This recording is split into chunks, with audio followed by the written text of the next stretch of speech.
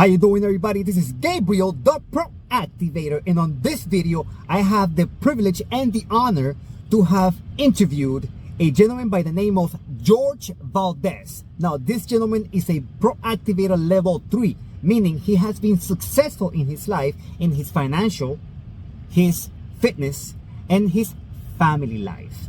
My friends, I want to welcome to the Pro Activators Club, Mr. Jorge Valdez. Enjoy the video.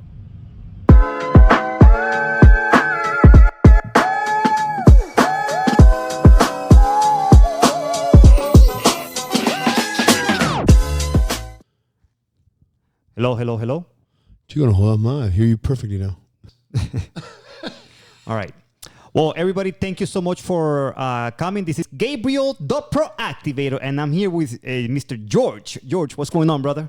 How you doing, buddy? Good, man. Good. Good to be here, sir. Good to be here. Yes, it's very good to see you. Thank you for taking this interview with me. Anytime, whatever I can do to help, brother. Awesome. So, let me just give you a little explanation. Okay. Of what the Pro Activators Club is. Okay. The Pro Activators Club is somebody who has gained certain success in their lives in different areas. Okay. Obviously, one of them could be financial success. It could be success with their families. It could be success at the gym, fitness and health, a spiritual life, anything that most people strive to get better at. And they achieve that success, that person is labeled as a proactivator. Because what they did was they were proactive about changing certain habits in their lives to be able to get better in those areas. And they were able to achieve it. So what I'm here today is, what we're going to do today is we're going to pick your brain. Okay. We're going to know what made you a success. What were the key elements that allowed you to get to the level that you have gotten to? Great. I'm just excited to be considered a pro activator. So thank you for having me, sir. No problem, brother. Tell me about yourself. So I grew up here in Miami, Florida, and I was going through Miami-Dade Community College and I was working with my dad, and my dad had to shut down his business, and he told me, George, you're going to have to go find a job. And I said, okay, Dad. But we were in a recession at the time. So I had no idea. So my name is Jorge Valdes. There was a commissioner named Jorge Valdes at the time. I'm sending resumes to everybody, praying that the name would resonate with somebody. Utter crickets I got. Wow. No response whatsoever. And then there was a guy selling him a health insurance policy from Mutual of Omaha at the office when we were having trouble paying the rent. And my dad tells him, hey, why don't you take this guy to Mutual of Omaha, see if they'll offer him a job. Of course, I'm the ripe age of 21, jet black hair, black mustache back in the 80s. You know, that was the look. And so I went to Mutual of Omaha, and they told me I was crazy, that no one was going to listen to my opinion or my counsel at age 21 about their insurance needs. And there was a lady by the name of Juanita Gino who liked my personality and she liked my ambition. And she said, I think I can work with this kid. So I started in October of 89, and I had, basically every week you need to make a quota, except for the first 2 weeks. But by the third week, if you do not make the quota, you lose your income and you get fired that day. Wow. There is no second chance in sales. Okay. So obviously a little bit stressful, but it wasn't like I had a tremendous amount of other opportunities. So I started selling insurance with Mutual of Omaha, and I made President's Club, which was like not the highest club, but the second highest club, by December 31st. And I started on October 1st. So in 3 months, wow, I made President's Club. Then I turned 22 in January, and I was at Mutual of Omaha probably for another 3 years. Left there because they basically told me to sell what they wanted me to sell, and I realized that they were good at some stuff, but not at everything, like pro-activators. Okay. Very hard to find a pro-activator that's good at everything. Like my gym could use some pro-activation. So, long story short is I end up leaving Mutual of Omaha, and I start in the garage of my house. Wasn't this house, it was another house I had. And then my first little girl was born. And And I had a choice. I had an old Maxima. And I remember as a salesperson, you're supposed to have a nice car. So I said to myself, well, I should get a nice car so when I drive up, people are impressed. Or maybe I can get an employee, maybe a part-time employee, because it's all I can afford, who can help me make the copies and the phone calls and all the clerical, administrative stuff. So that way I can free up my stuff, or my time rather, to selling more. So I got a part-time housewife that lived in the neighborhood, would come from 9 to 1 p.m. And with that one employee, I ended up being able to buy my new car 3 months later. What'd you get? A Lexus. It was my first Lexus ES350 lease. And I remember that, I'll never forget this, because I had never bought such a nice car before. They sent me a platter of cupcakes. And when they knocked on my door after I had bought this car that I loved, by the way, and they give me cupcakes, and they said, it's Lexus of Kendall sending you cupcakes. I started sending cupcakes to all of my clients after I would sell them. Nice. And a lot of people would call me and thank me because I just felt so warm and fuzzy when I got those cupcakes, because I was so happy with the car. I didn't need the cupcakes. but it was just a great, I guess, exceeding of expectation that Lexus of Kendall did that I've never forgotten, and I tried to reciprocate that with my clients. You still doing that? Wow. We got a little bigger. And it dropped off. You know what? Listen, sticking to the basics is probably one of the most difficult things as you grow and as things change. So for many years, so I started in the insurance industry, but I really didn't love the insurance industry. I liked more finance. So I started getting more into investments. I became a certified financial planner. I started insurance in 89. I was a certified financial planner by 99 because I started doing these seminars. And these seminars were about financial education. The only thing was that I wasn't like an expert financial planner, so I needed to really study up before my class so I could instruct. Remember how you mentioned to me that when you have to teach something, it solidifies it in your brain? Yeah. Well, I think I became such a good financial guy, not because I knew that much before I started teaching the class, but because of the preparation I had to do to teach the class. Right. And so I did seminars for probably about a year or 2 years. And then I remember a couple times they raised their hand and said, hey, this was like 96, 97, said, hey, George, are you a certified financial planner? And I remember being incredibly embarrassed because I was not. I was a registered investment advisor. I had every freaking license you can, but I was not a certified financial planner, which was the premier industry designation. So I said, I'm going to take a year off. I'm going to get my CFP, which I did. But while I was studying for the CFP, I guess because I got so well honed in my financial skills preparing for the seminars, I ended up taking a lot of time off to study for the CFP and made more money without doing the seminars. So even though I got the CFP because of the seminars, I never went back to doing the seminars after that. Okay. Well, because getting home at 10 o'clock at night kind of sucked, to be honest with you. My kids were already asleep. The only fun thing was that I used to give cookies at the breaks of these seminars, and my kids would get very excited the next morning when they would wake up and there were some cookies left. I know about that. So yeah, so seminars really was a very challenging time in my life. Just so you know, so I started in 89. I left Omaha like in 93, and then I was getting pretty successful to like 96. And then I went to this meeting, and they had the seminar presenters there, the people who invented the seminar. And they were the most amazing family. The name of the seminar was Successful Money Management Seminars. It was a franchise you had to buy. Cost like $8,000 or $9,000, which it's not like I had a ton of money back then. And in addition, I had to spend $10,000 a month doing direct mail to get people to come into the seminars, to then hopefully they like me enough that after the third session, they decide to hire me as their financial advisor. So this was like my first, when I started thinking more like a businessman, I guess after the part-timer, because the part-timer was a really great start. Nice. Just because you can, multiply your time, obviously. So long story short is I had never done any public speaking. I remember like if it was yesterday, my very first seminar. And in my very first seminar, I was shaking like a leaf. I have tremendous social skills, but speaking in public is weird. Yeah. You know, when you do it the first time. I remember I started talking about 100 miles an hour. And I had my best friend in the audience who was there to support me. And he just told me, hey.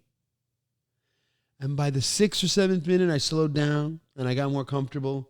And then I became a really, really good public speaker after a ton of seminars. But yeah, I say that only because I was so scared and I was already making okay money.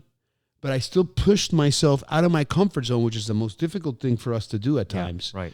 to try to get to that next level. And to be honest with you, it was probably the best investment I ever made. Wow. Okay. I don't know if I answered too much. No. That's fine. I mean, I pressed that by press the mistake. button. That's good. That means that means I'm next. Oh, good. All right. So, do you remember any type of habits that you implemented in your life back then that for you to excel in a certain area? Or was it all like, can you pinpoint any certain habits that you... 100%. All right, tell us about that. Okay, so I used to read all kinds of books, as you do. Okay. Zig Ziglar was my favorite. Okay, I don't know if you've ever read Zig Ziglar, probably before your time. And Zig Ziglar always talked about the importance of goals, but I never really understood, because when you're really young and you're reading those books, you really don't know what they're talking about. Then I got the part-time employee. I now had 2 little girls. Okay, so there was no time to be messing around. If I don't sell, we don't eat.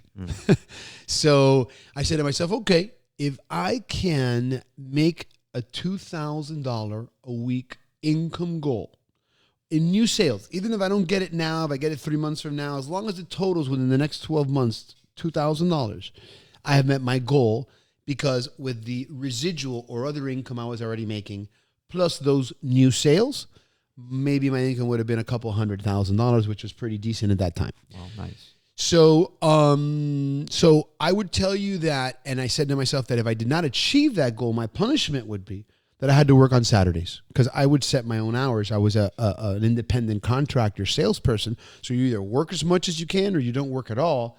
I was always that guy that when I hit my goal by Wednesday, I would work on next week's goal, because you never know when you're not going to hit it. So I'm about having this little cushion that for me is very de-stressful, because if I'm right there just making it, it's super stressful. Right. Especially if you don't make it. Yeah. And I never worked a Saturday, ever. Oh, nice. So I did meet my goal. Okay. So what is it? Now, let me ask you something. That little bit of a punishment, because that's a thing now, right? It's a thing that you give yourself a punishment or a consequence for not achieving something. Did you learn that from somewhere, or you just came up with that on your own? No, I guess from listening to Zig Ziglar and the goals, I needed to have something that I was either going to reward myself or punish myself with. And I don't know, I've always been a masochist for some reason. So I said, you know what? If I've been a bad boy and I haven't sold enough for my little girls, then I need to work on Saturday. Perfect. That's good. That's good, because that pushes you. Yeah. Pushing in any sales is the most important thing, because let's face it, you can take 2 days off a week. And I know a lot of salespeople who will make their goal and take the rest of the week off. I've never been wired that way.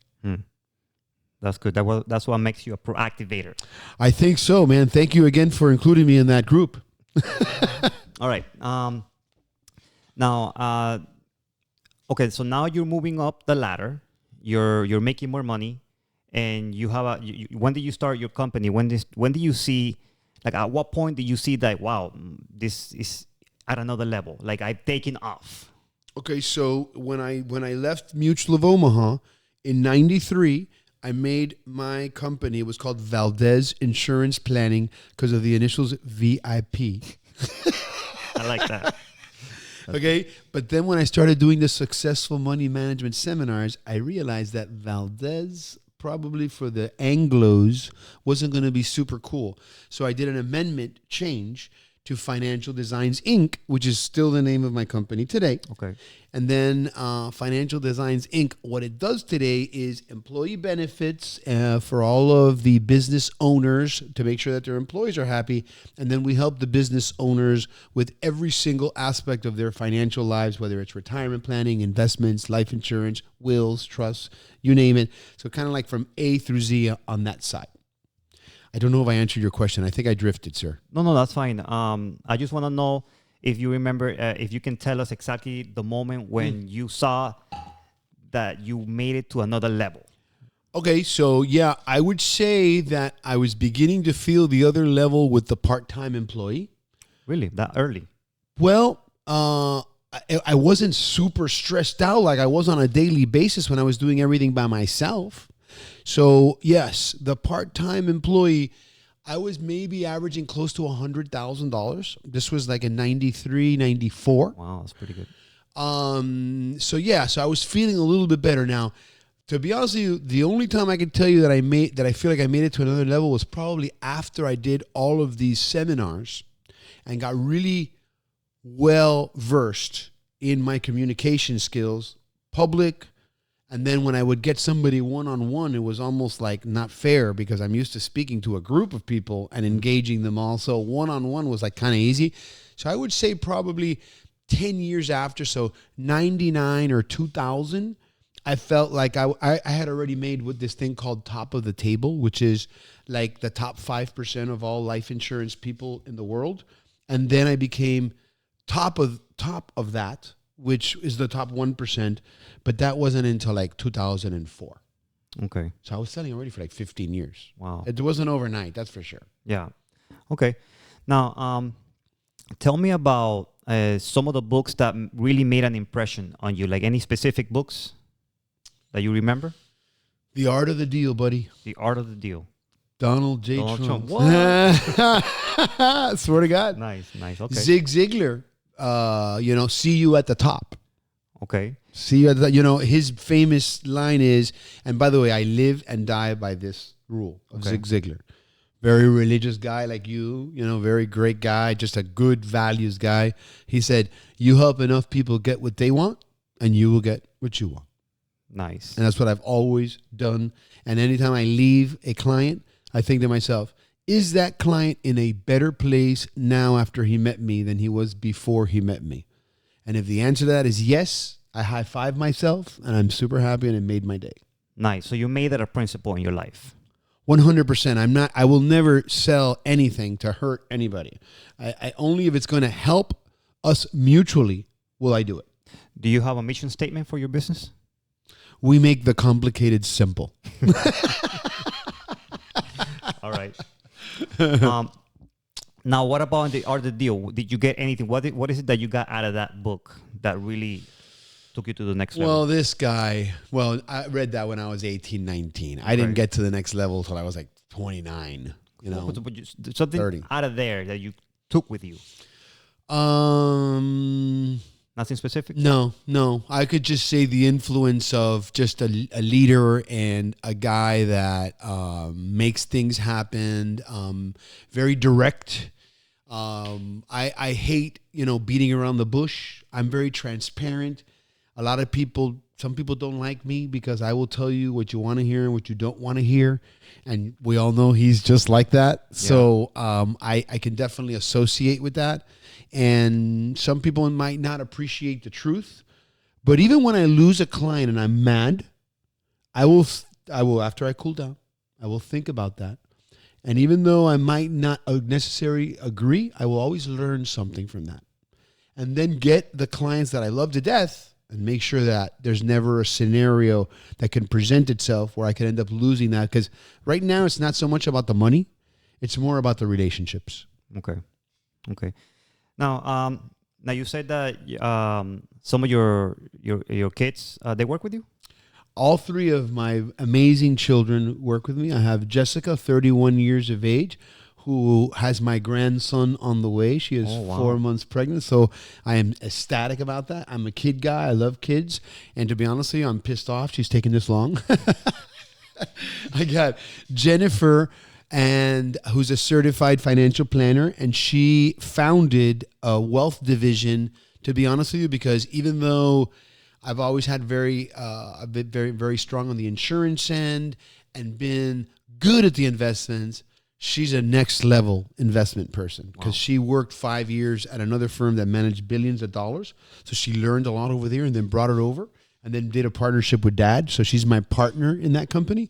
And then my third and youngest child, who just turned 25, Jorge Valdez Jr., my little protege, is also a certified financial planner and a fiduciary for 401ks. So has another destination that I don't even have. So my kids are not those silver spoon kids. My kids know that if they're not going to go do what I do at Financial Designs, they can go work somewhere else. Okay. That's good. That's good. And that's another thing that makes you a proactivator, because when you have kids that you teach the right way and you have a good fruit, right? Yes. Then that's another area of your life that you have excelled at.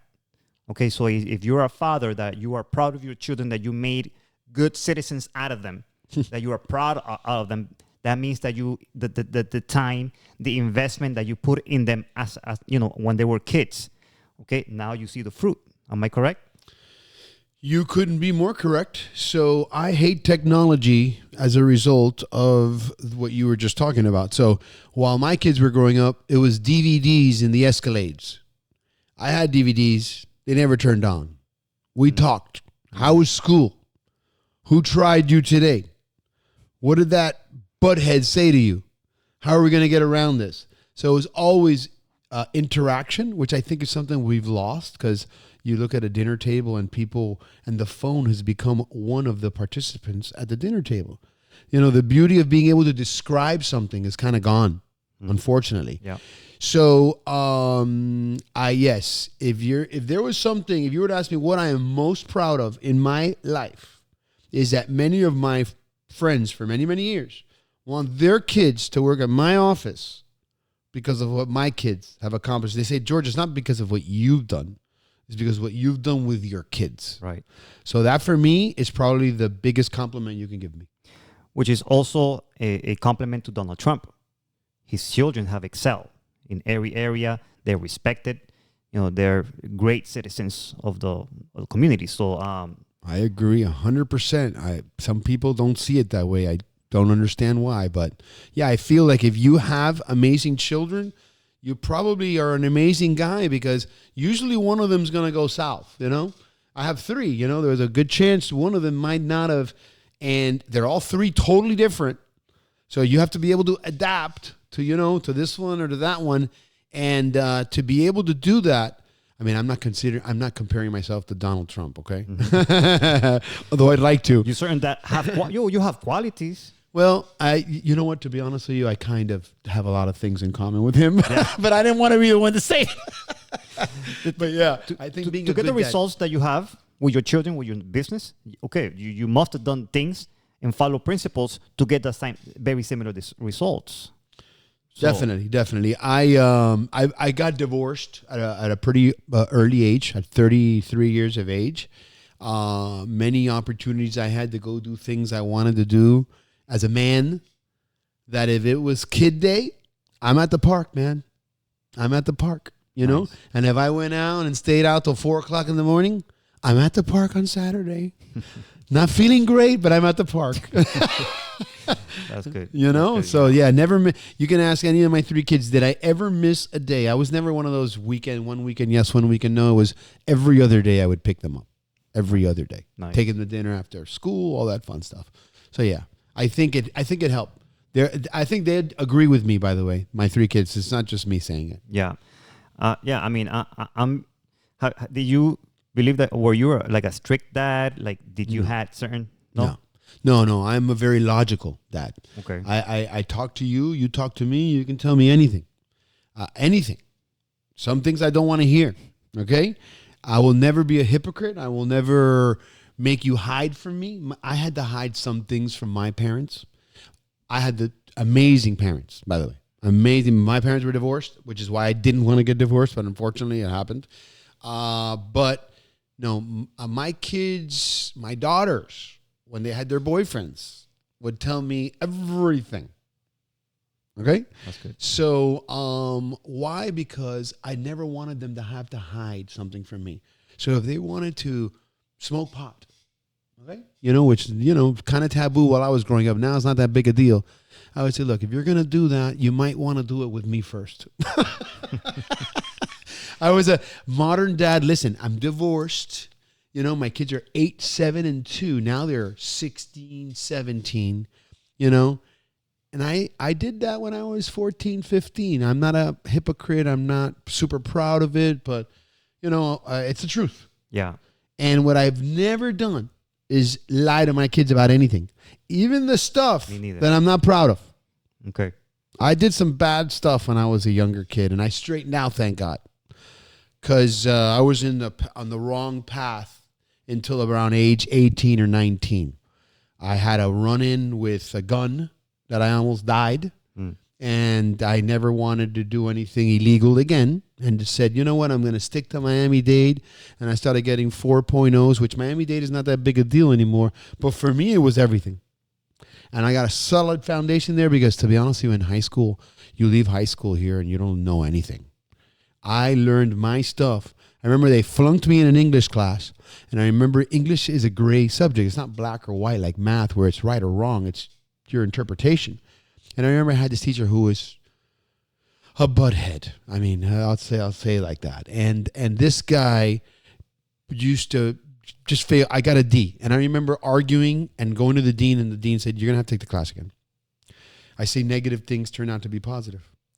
I got this other guy. His name was Mr. Seniority. I'll never forget this guy. I'm 18, 19. Okay, I'm 56 now. Mr. Seniority would mark up your paper all in red and tell you, hey, you can rewrite the paper and I'll give you the second grade and not the first one. I ended up becoming an awesome writer in that classroom, and I got 100 and I got a 4.0, and I was ecstatic, all thanks to that little tweak that Seniority did, supposed to demeaning you, giving you an opportunity to excel. So I've always tried to do that with my employees, with my kids, with anybody I'm mentoring. I help a lot of other salespeople who don't have the experience that I have try to get to next level sales because they think it's like impossible, like I did when I was their age. So if ever I have an opportunity to help somebody, I drop what I'm doing and I do it because nobody really did it for me. Okay. Now, how long you graduated from?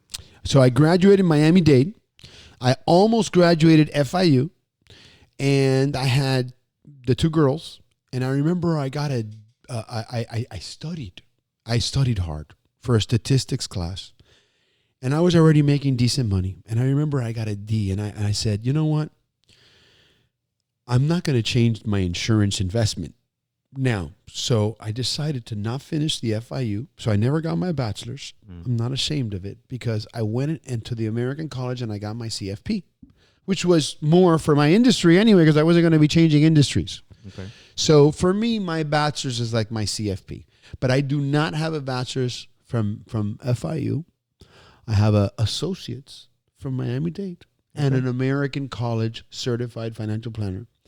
But I have all this white hair and all this discipline that I'll put up against any Harvard graduate out there, okay? That's true. You definitely have the recipe to success. So you got it right. Thank you. Got it right. Now, okay, so we touched on your financial area. Let me ask you something. Your company, how much does it make every year, more or less now? So my company probably makes like $7 or $8 million a year. Of course, there's expenses to that. So probably net profit might be like, I don't know, $3 million. That's pretty good. That's pretty good, man. Yep. Now, so you have a successful business. Your children are successful. That's what you're most proud of. Yep. Okay. Yep. Let's talk about your fitness. You're a fit guy. Yeah. For your age, obviously, you're 51. 56. Thank you. Okay, 56. Now, Yep. I see, we go to the gym together. I see you working hard. Okay, you go five days a week? I go, yeah, but I would say an average of 4 times a week. Usually one of the days I'm hurting and I got to take it off, but yeah, probably an average of 4. Well, but I will work out every once in a while on the weekends that you don't know about. Okay. Okay. So yeah, probably 4 or 5 times a week. And I go to CrossFit and with you, and he kicks my ass every day. Everybody should know that. But I might try harder than him. I'm just not as fast.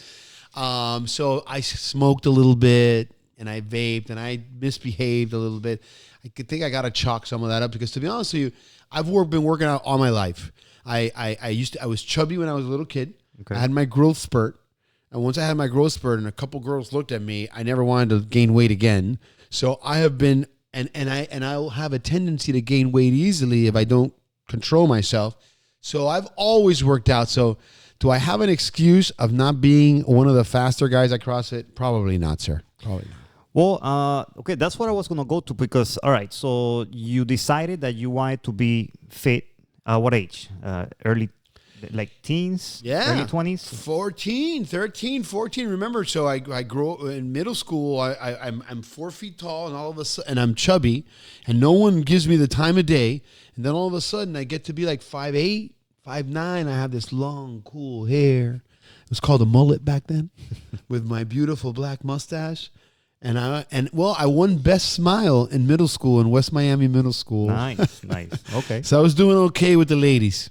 Nice. I wanted to keep doing okay. All right. So you started working out. Did you go to the gym or was it? No, at the school? I used to punch a bag back then and run and do push-ups and did wheels. I've always done wheels. You do wheels. What do you mean wheels? You know the wheels for the abs? The ab cruncher thing? The ab cruncher? Oh, okay. A wheel. Okay. There's a wheel to gym. If you haven't done it, I'll challenge you. That's a good one. I'll get you there. Okay. I'll get you there. It's for abs. It's a pain. You get on your knees and it's a wheel on your arms and you just straighten all the way out and come back in. Oh, I see. Yeah. I see. So, and I had just that. I would jog, punch the bag, do push-ups and do wheels. And then I started working out at LA Fitness like we all do. And then I've been at CrossFit it's going to be 10 years. And maybe a year before that, I had gone to the one by the Big Cheese back in the day. What got you into CrossFit? I wanted a little motivation. And then I met Zach and Charles. And Zach was like just a couple years younger than me. And Zach was killing it. So I said, shit, if Zach can do it, I can at least half-ass this. So that's why I did it. And I've been doing it ever since. Okay. Bro, Zach is a beast, bro. He is. Zach is good. And Charles. Charles is strong as an ox. Yeah, well, I haven't worked out with Charles. So, I mean, I see him sometimes in social media working out, but I don't know what it is to work out with Charles. Right. Well, Charles is a lot stronger. Maybe not as fast, but a lot stronger, I think. Okay. Then again, I don't really work out with either one of them. You know what I mean? I tag along behind them, you know? Yeah. I'm happy when they lap me once and I end up with them anyway. Yeah, today Zach beat me by a few seconds. I will say like 45 seconds or something. Oh, well, that's pretty. Yeah. That's a respectable category. So yeah, for sure. I've never had that experience. Okay, so all right. I mean, I will say that having a mindset of staying healthy throughout your life, having a mindset of obviously staying fit by working out, also is another category for a proactivator. Yes. Okay, so that you fit right now 3 categories, which is really good. Okay. Is there another area of your life that you feel like you might, that you know that it's not at that level that you probably want to get better at? There is. Before I move to that, I just want to let you know that maybe for the last year, since I'm 56 now, and I ended up at the chiropractor because of CrossFit here and there, my daughter and my ex-girlfriend were certified yoga instructors. And I started doing yoga, which is one of the things I try to do it at least once, maybe twice a week. And I would highly recommend that to anybody because the stretches that you get there will help your lower back pain, your shoulder, your elbows. So I used to make fun of it. I used to think it was like a girl thing, and it's not the manliest workout. But I will tell you that I feel amazing, and I'm super flexible for 56. Probably not the most manliest thing anyway. However, feel great. Nice. So I would highly recommend that anybody who wants to continue. And yes, when you're talking about working out, I think that keeps also your mental focus at work. Because if you're not healthy and you're not feeling good, your mind isn't going to feel good either. So I think it's all Helps connected. your mental health. It's all connected. Yeah. Yeah. So, okay. So what am I not good at? So you said spirituality. I could probably strengthen that. So my mom passed away a couple years ago. My mom, me and my mom had the most amazing, closest relationship. It's been very difficult for me not to have her wisdom around. But I feel like I'm more spiritual after she passed, only because I don't know what happened there. That was weird. Okay. Sorry, guys. You're talking about your mom, bro. Oh, wow. Like, what? Whoa. That's your mom, bro. That's right. That's right. You see? What? Yeah, now I believe you. Okay, well, mom's just sent us a signal. That's right. That's perfect, Gabriel. Yeah. Perfect. So, I want to see my mom again, bro. And I know you are a big believer, and I try more and more to believe every day. And that's something that I still need to continue to work on. But I never believed in anything I didn't understand before. Now I know that I don't understand a lot of things that you can't explain. And the older and the more wisdom you get, I guess, the more you realize that not everything is black and white, and not everything has a perfectly logical explanation, which is what I always thought life was about growing up. Because it can't be the end. This is a vessel we're in, and we're going to end up hanging out there, hopefully, if we behave, and we do the right things down here. Because I definitely don't want to go down there. But yes, my spirituality is definitely something I can definitely work on. Okay, yes. I can tell you that being spiritual it just basically means having a relationship with your Creator, with Christ. Okay. If you live in Christ, it's just just like you have a relationship with your mom, like you have a relationship right now with your kids. It's having that. What do you do in a relationship for it to flourish? Well, you have to listen to what they're saying. You have conversations, right? And you spend time together. Well, it's the same thing when you experience that with the Lord, meaning how do you listen to the Lord? Well, through the Bible. The Bible speaks to you. The Lord speaks to you through the Bible, because when you're reading a passage and that passage grabs you because, oh man, now you're reading the truth. You know what? You start understanding a lot of things in your own lives. And that's how the Lord speaks to you. How do you speak to Him? Well, through prayer. Okay, you pray, and prayer is just a conversation. Okay, you don't have to get all like weird. Yeah, it's just a conversation like we're having right now, And hey, God, I feel bad about this. I messed up. So you talk to the Lord. That's how you pray to Him, and then you pick up the Bible for like 5-10 minutes. You read.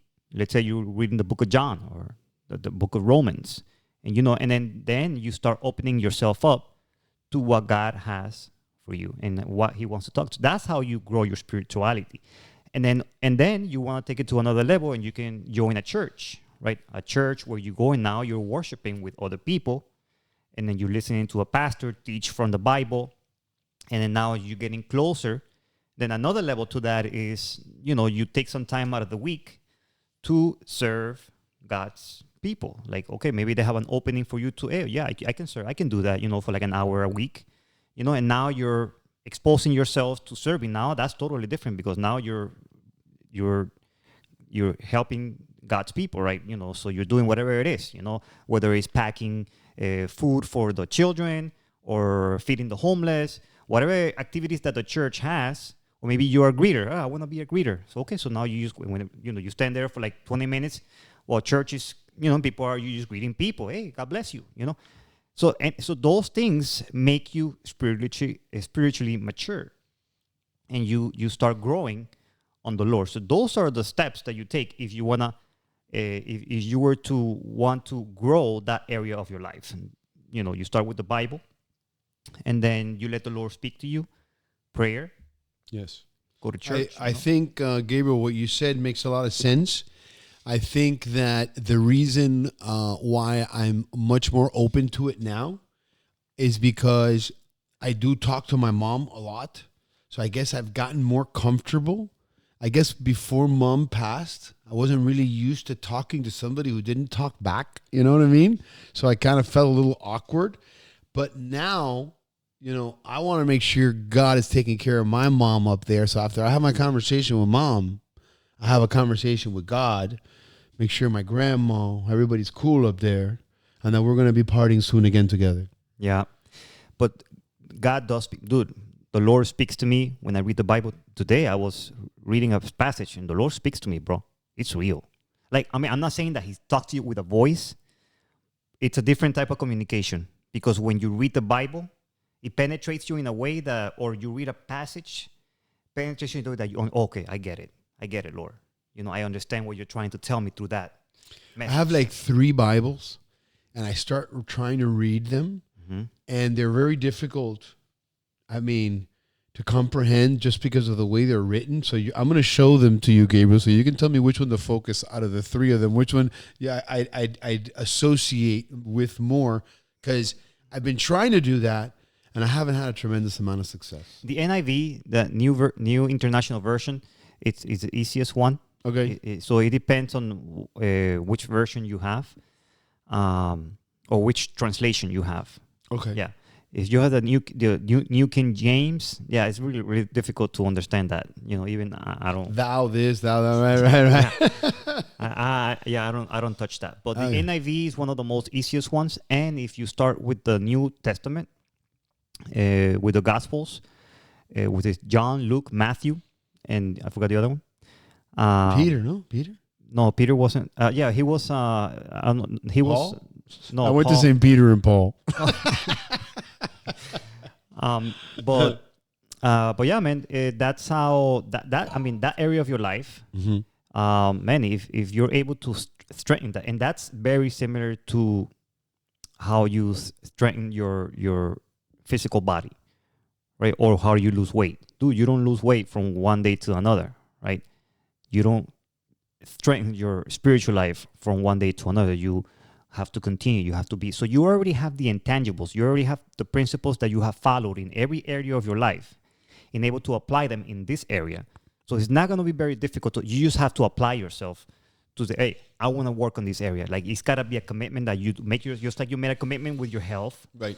fitness. You made a commitment to your business. You made a commitment to your kids that you were going to be a father that was going to be present. Right. Okay. You make a commitment to this other area of your life. You already know how to do it. Once you make a decision, then that's it. You're a proactivator. You're going to follow through. Right. Because what you do is you follow through. You follow through in every area of your life. But you need to make the decision. So that's what you're gonna help me get the right Bible, and I'm gonna invest at least a good 15, 20 minutes before I go to sleep, and that way we'll have a better conversation next time on this topic. Nice, brother. And you can do it. You can do it on your phone too. But if you wanna, obviously, definitely, if you wanna get the Bible, write some notes. Yes, It's always better to do it like that. old school. But yeah, man. But what other proactivator aspect is there that I'm missing? those are the major ones. But I have some. But I have some examples over here that some people work on. For example, but the like confidence and self-esteem. Okay, that one is somebody is not really confident. They work on. I don't have an issue with that one. You already worked on that. Self-discipline, you already have that. Okay, in many areas. Obviously, spiritual development, personal growth, and learning. Do you still do that? I mean, do you still read books? Do you still? Yeah, I have employees that are 18, 20 years old, and I tell them, hey, you tell me whatever you're thinking, because I learn from everyone that I come into contact with. Just because you're young doesn't mean I can't learn from you, because let's face it, they grew up in a different mentality than I did. And I like to know how they think too, so that I can understand these newer markets. So yes, just because I'm 56 doesn't mean I won't listen to one of my 20-year-old employees and listen to their opinion. And sometimes they have the best input. Yeah, they have a different insight. Yeah, so definitely, growing is a lifelong journey.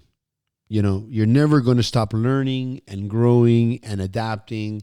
And business is something that if you don't change with the times, you die like the dinosaurs. So it's very important to stay on top of it. It's very important to stay active. And, I could probably retire, but I think I'd be so bored I wouldn't know what to do with myself. So plus I love what I do and I love to help people. And I love to help now the younger salespeople, which a few of them happen to be my kids. We talked about the other day. Would you be open to writing a book? I mean, that would be a perfect thing for you to do. I would.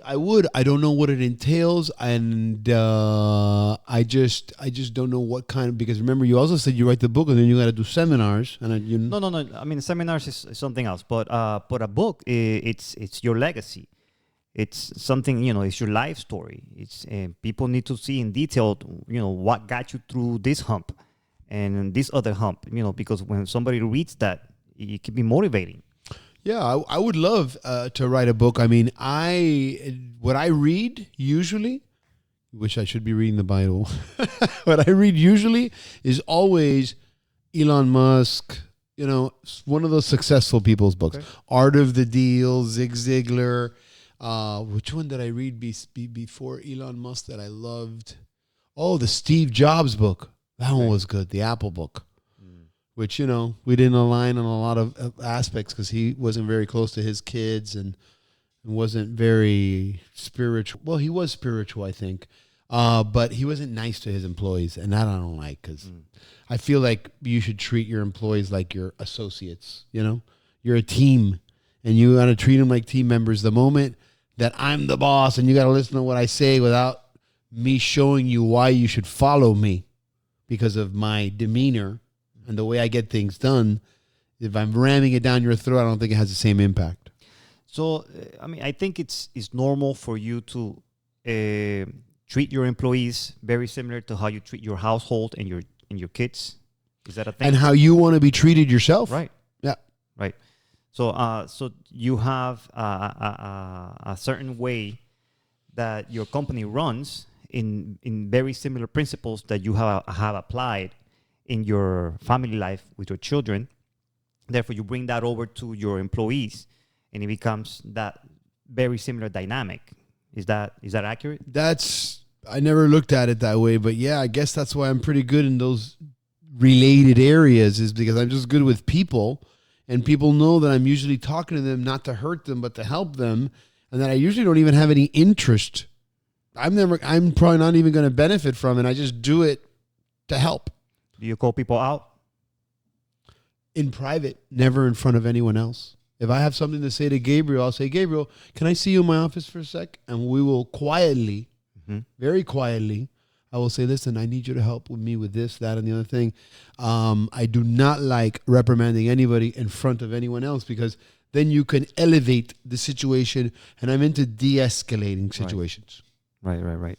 So, no, because I feel like it's normal and appropriate to obviously keep people accountable. But like you said, doing it in the right setting, doing it the right way, so that way you get the right reaction and not the negative reaction.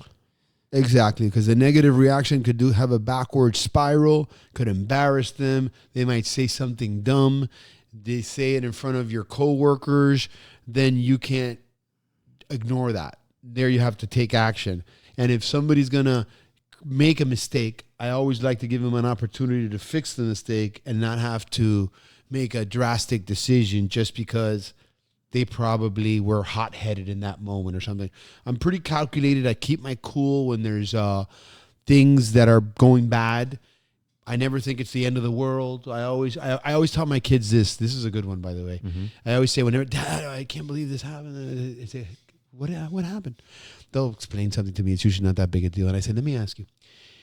Whenever I have a problem in life, what I put in my brain is, what is the worst possible outcome as a result of what just happened? And 99.99% of the time, the worst possible result because of what just happened is not that big a deal. The only time that I remember it being not a good thing was when I said, well, what's the worst thing that can happen if mom doesn't make it? And she didn't make it. But she was going to suffer, and I'd rather her be up there with God. Mm-hmm. Amen. I do not want see my mama suffering after how amazing she was. So once again, it was still 99.9%. So yeah, if ever my kids were growing up, have a problem at school, this kid is bullying me, I said, what's the worst thing that can happen? The worst thing that can happen is you get a detention? Okay, well, the detention will be over at the end of the day. You know, the worst thing that can happen is usually not a big deal. And we tend to blow things out of proportion in this lifetime for some reason. You know what? That takes me to a point where, thank you so much for bringing that up. Years ago, I figured out what the key into having a great day was. And I think you figured it out too. So, you want to know what the key into having a great day is? What is it? All right, here it goes. To everybody out there, take some notes. All right? George, the key into having a great day every day is do not let absolutely anything bother you. Yeah. Brother, if you don't let anything bother you throughout the whole day, it could be a regular day, things come at you. But if you don't let anything bother you, at the end of the day, I can guarantee you that you will have a great day, feel good about it, have joy in your heart, and be happy. 100%. I think it's pretty much the same thing, just in a is. different way. It is. But in able to have that, it takes a mindset. Yeah, you got to say, hey, relax, chill. So how did you acquire that? Do you remember? Can you pinpoint to the time, the reason why you acquired that type of mindset? Because okay, so all my life, while I was growing up and I was broke, and my number one objective was financial independence, right? It was like, make sure that my kids have everything that they want and that I don't have to be worrying 24/7 about getting it for them. I believe that I began to feel that way once my income got to a certain level where I knew that if it was a $5,000 problem, it wasn't going to be that big a deal. You know, and then you get to the point where your income level's at a different level, and then, you know, they crash the car and the deductible's $10,000. And you know, and I guess that when you feel like it's like you can overcome that obstacle, then the problems aren't that big. You know, when you're broke and there's no money in the emergency savings and you get a flat tire, the shit is hitting the fan. So a certain amount of income, financial success can give you that peace of mind. I think so, man. I think that if I wouldn't say that, I think I'd be lying to myself and to everybody, because I think that once I knew I had enough reserves so that when they said, Dad, and I said, what? There was nothing they could say that would faze me. That was a good feeling. That's good. That's a good superpower to have. It is. Nice. Yeah, I like that, brother. That's good. But we're hitting a lot of key points. I think so. Okay? We talked about all of the areas that you have been able to achieve. Man, I want to congratulate you, brother. You are definitely a role model, and to a lot of people. What would you say to somebody? Like, what would you say to your younger self? Like, would you change anything to make it better? Would you change anything? What would you say to somebody who's just starting out right now? Somebody in their early 20s. What would you say to them so that they can have a similar success to what you had? I would definitely, as difficult as it is at a young age to understand goal setting, I would definitely say that was, and remember, I did not understand it until I had a kid or two. When you have a kid, I remember when my ex-wife was pregnant with our first daughter, I remember I didn't have enough money to feed the dog. This was back in 91 because she was born in 92. Then the hurricane came, Hurricane Andrew, in August of 92, and she was born on October 31st. And I remember there's a thing that the Cubans say, that no matter how broke you are, that the kids, when you're going to have a kid, that they come with a piece of bread under their arm for you to be able to feed them, which doesn't really translate that great in English, but En español.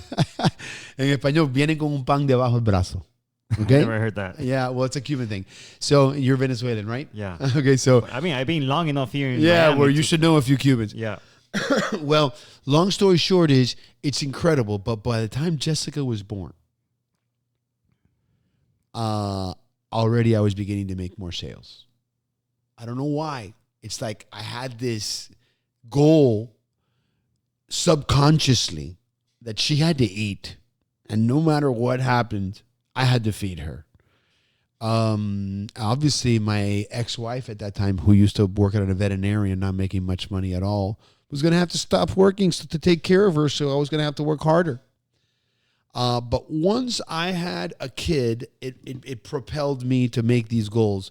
So I guess what I'm saying is, before I had the kids and I would listen to Zig Ziglar and he was talking about goal setting, I really didn't understand, just like I really didn't understand how to pray until my mom passed. It's these things that happen to you that trigger something in your mindset where now you understand things that you didn't understand before. So I guess that's the extent of it. I mean, The goal setting then. the goal setting 100%, the $2,000 by Friday or had to work Saturdays. That changed my life. But I wasn't able to do that until I had the kids, because I had a dog and I wasn't able to do it with just a dog. Nice. That's good. I guess one of the things that I would say is that if anybody is, are you saying that it's hard for people to, it's hard for them to really assimilate that attitude? Do you think if they haven't gotten to those, like you had a child, that made a difference in your life? If somebody doesn't have a child, man, how do I get to that level? You know, I guess that's the hard part. I don't know how to answer that. Yeah. I don't know how to answer that. And listen, you can have a child and not get to that level because not everybody's wired the same way. I always was very ambitious as a kid, which is why I almost got myself into a lot of trouble. And then I realized that I was smart enough and had some skills that I could do things the right way, not in any illegal fashion. The 80s were a tough time growing up, okay? The 80s were a tough time. 70s, I hear, were worse, but the 80s were a tough time. There was a lot of drugs going back and forth, and you see easy money, and you try to delve in here and delve in, and before you know it, you get into big trouble. And you ever get into that business, you need to be able to kill somebody, and I'm not a killer. I'm a business guy. Yeah. So thankfully, I didn't die and I didn't go to jail. And I was able to get out of that around 18, 19 years of age. And then I've just focused. And then I realized that I wasn't going to have the success that I wanted unless I put forth the effort. And, you know, I've always known how to work till 9, 10 o'clock at night. And, you know, tomorrow's another day and people complain about that stuff. But as long as I get to where I want to go, the effort wasn't that big a deal for me. I know how to go through some pain. Okay. You know, I think a lot of successful people know how to put off things they want to do. Like pleasures? Yeah, until they get all the negative. I always want to get the bad stuff out of the way. I do it first because it sucks. Nobody wants to do it, right? Yeah. So I'm not going to leave that for last. Because then, when I'm feeling the weakest, I'm going to have to do the stuff. So if I have something terrible, there's a motivational book they call it Eating Frogs. That if you have something, there's a client that calls you who's disgruntled, you can't stand this guy. Get that out of the way first thing in the morning. Do not think about that till noon. That is not healthy for him, for you, for anybody. And all it does is escalate. And as I said, de-escalation, I think, is the better way of handling things in life. Which is probably why you go to the gym early in the morning and get that out of the way. It's one of the most painful things. Because I'm sure as hell not going at this time. Yeah. I mean, imagine. I'll be there tomorrow morning. I didn't make it today. All right. Well, George, it was great talking to you. Thank you so much for the wisdom that you bestowed upon us. And welcome to the Proactivators Club, my brother.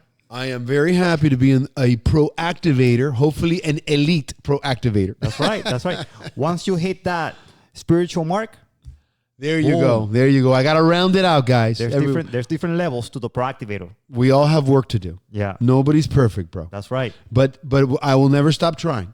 That's the way it is. Well, thank you so much, everybody, for joining this chat. Please like and subscribe and share with your friends. And until next time, thank you so much.